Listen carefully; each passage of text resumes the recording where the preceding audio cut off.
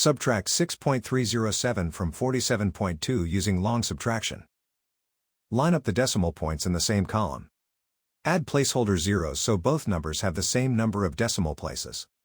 We work from right to left and finish one column before moving to the next. In the thousandths column, 0 is less than 7, so we need to borrow. Borrow 1 from the tenths column. 2 becomes 1. Carry the borrow through 1 0. Each cross 0 becomes 9.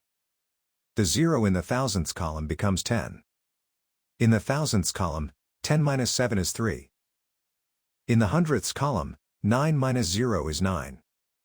In the tenths column, 1 is less than 3, so we need to borrow. Borrow 1 from the ones column. 7 becomes 6. The 1 in the tenths column becomes 11. In the tenths column, 11 minus 3 is 8. In the ones column, 6 minus 6 is 0. Bring down 4 in the tens column. Bring the decimal point straight down into the answer. The final result is 40.893.